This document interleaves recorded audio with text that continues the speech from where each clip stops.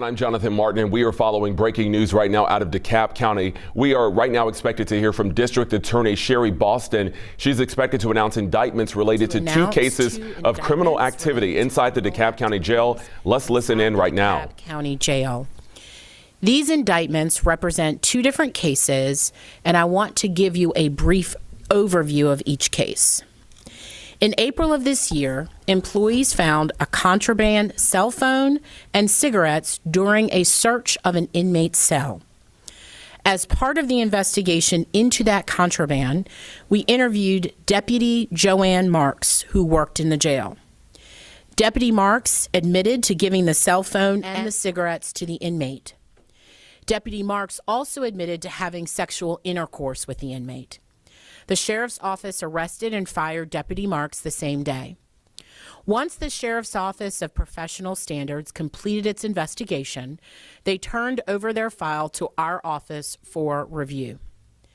Tuesday, a DeKalb County grand jury indicted Marks on several felony charges: sexual contact by an employee or agent in the first degree, and 2 counts of violation of oath by a public officer, and items prohibited for possession by inmates.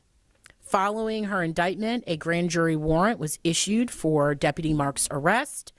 She turned herself in to the DeKalb County Jail this morning, and she's scheduled for arraignment in the Superior Court on December the 23rd. The second case we want to update you on today involves the tragic death of Christian Collins. On March 13th, 2024, Collins was an inmate at the DeKalb County Jail. Surveillance video from inside the jail that afternoon shows Collins visibly stumbling around the common area of his assigned pod. At one point, Collins slumps against a wall and then falls. He appears to hit his head on his way to the floor. Inmates move Collins to his cell and eventually to a mattress on the floor of the day room. It wasn't until hours later, around 7:40 p.m. that evening, that jail personnel discovered Collins and called in paramedics to transport him to the hospital. Collins died 2 days later. He was just 27 years old. The DeKalb County Medical's office performed an autopsy and determined that Collins had died of a fentanyl overdose. Through our investigation, my office learned that another inmate, 45-year-old Tobias Woods, sold the drugs to Collins and another inmate in his pod. Witnesses say Woods not only provided the fatal substance to Mr. Collins, but he also actively worked to prevent Collins from getting the help he needed when he knew something was wrong so that he wouldn't get caught. After Collins fell, Woods was the one captured on surveillance video moving Collins into his cell and out of the view of jail staff.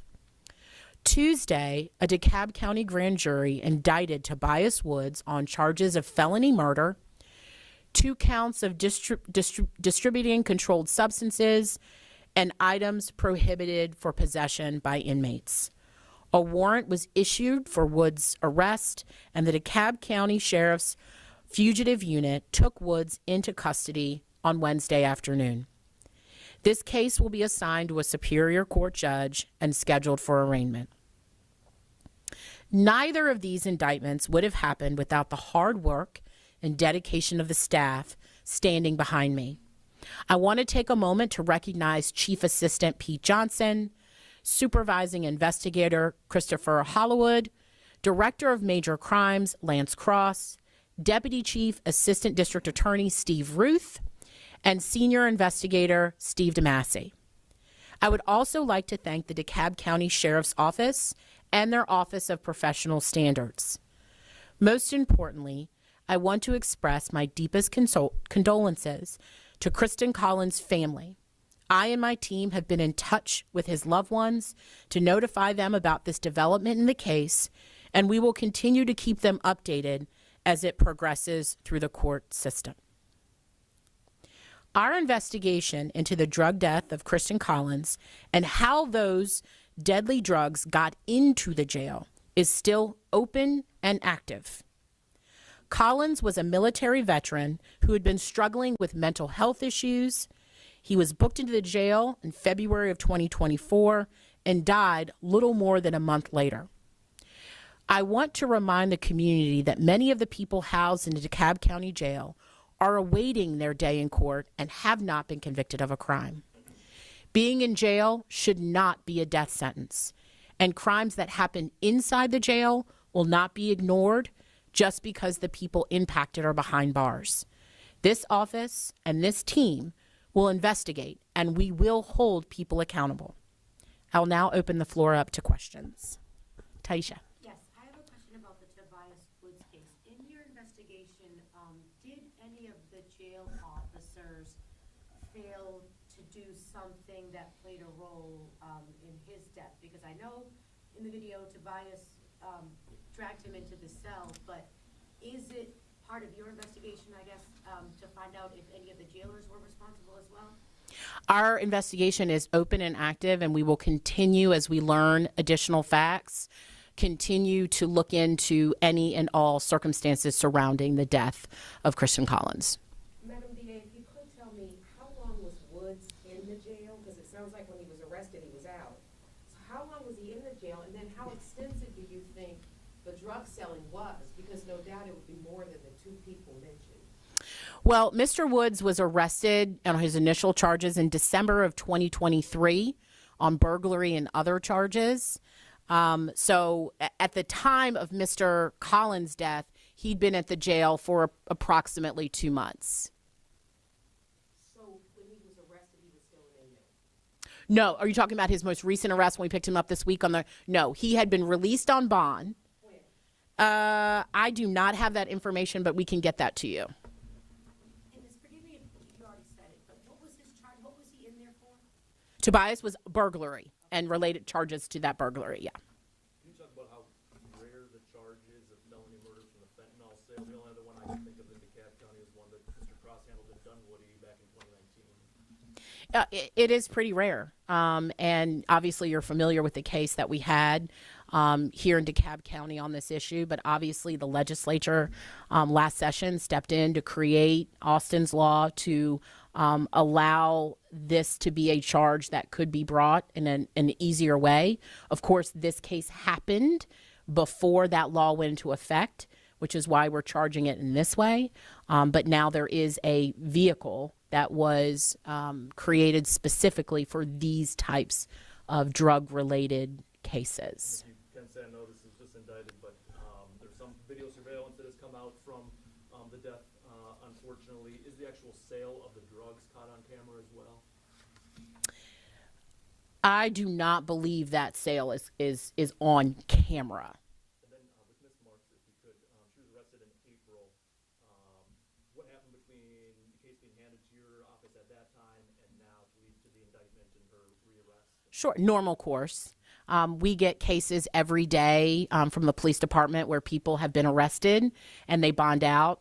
It has to go to the grand jury like every other major felony that comes into our office. Or more so, was there anything additional you uncovered? I can't speak to that. Again, it's an open case. What I can tell you is that after an arrest in any case, our office investigators, our DA investigators will do their own investigation, gather more evidence, because the standard for arrest is probable cause. What we have is beyond a reasonable doubt, so we need to build a file to make sure we're prepared to do that. And we do that in every case, but in cases involving correctional officers or police officers, this unit does a lot more information so that we can be prepared for what we need to do in front of the grand jury. Yes. Good. What was Christian? What charges was he facing, or was he unindicted? He was, at the time, in jail. He was arrested in February of 2024 for obstruction of law enforcement officers and simple battery against police officers or a detention officer. Those were the charges he was facing, and no, those charges had not yet come to court. How does that sit with you that he had not faced those charges? He had not had his day in court and his life was taken from him? It's absolutely tragic, and it's why we wanted everyone to know that we hold people accountable. As I said, being in jail should never be a death sentence. And Mr. Collins stood charged, arrested, but he had not been proven guilty of any count. And even had he been guilty or pled guilty and was serving jail time in the prison or awaiting transfer, his death also would have been incredibly tragic and avoidable and, of course, prosecutable. If you don't mind, I mean, everyone has seen the DOJ's report that came out on Fulton County Jail last week. Obviously, that was Fulton County. You've seen DOJ's investigation into the state prison system and now the Fulton County Jail. Here we see impropriety inside this jail.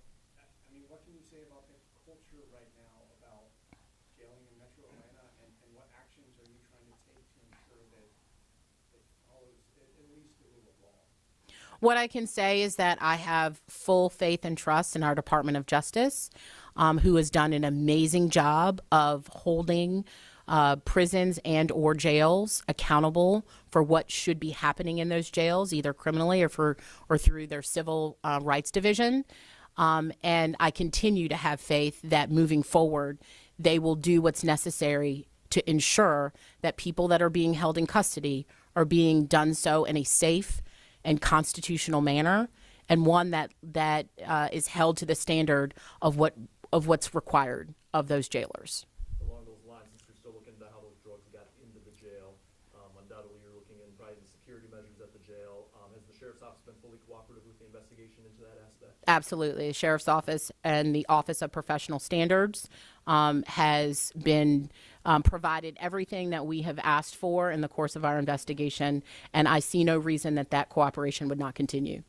Was anybody else injured by the fentanyl? Just because the stories that I've done, it's so lethal, even in very small amounts. Was anyone else affected by him having it?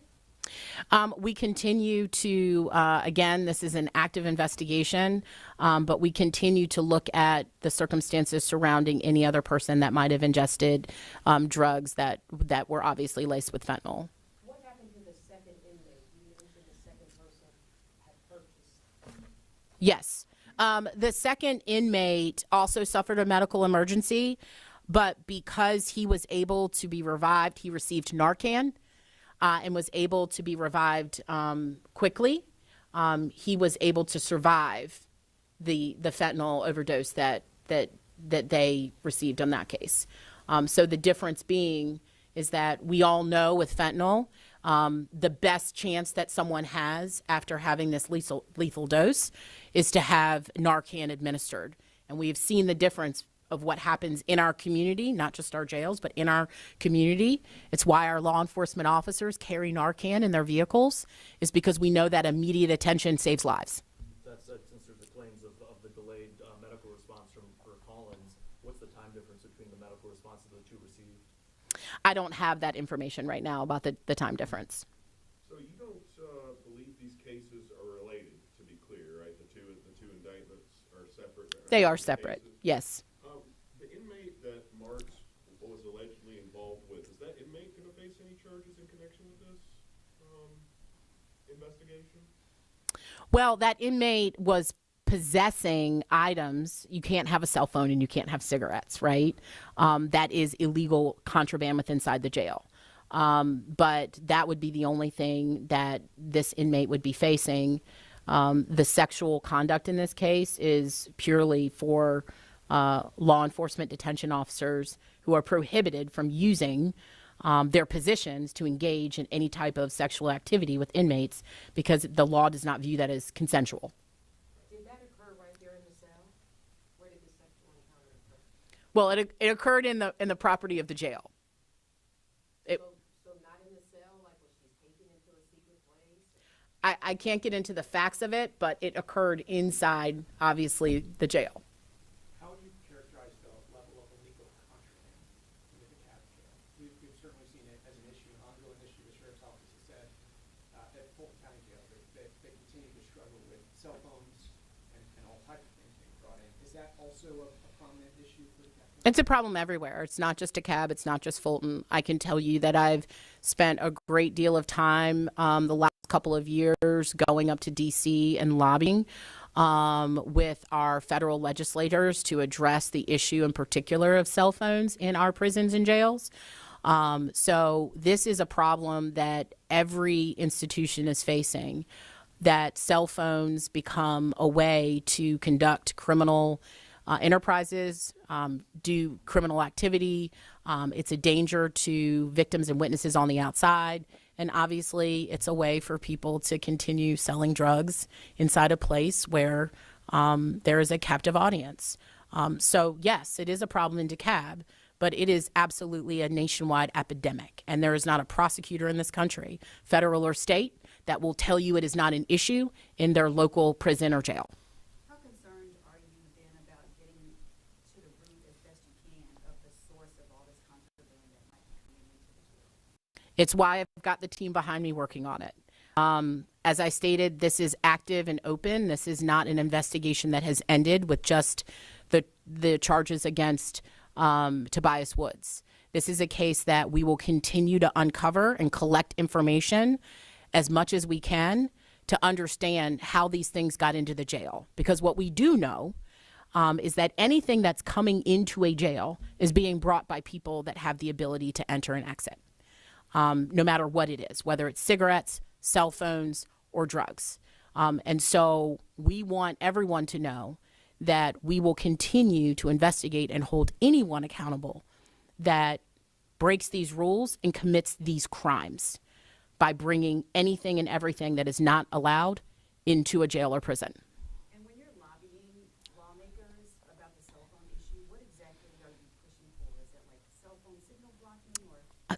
I'm so glad you asked that, Veronica. What I can tell you, we have been lobbying consistently and continuously for there to be blocking of signals around state prisons in particular.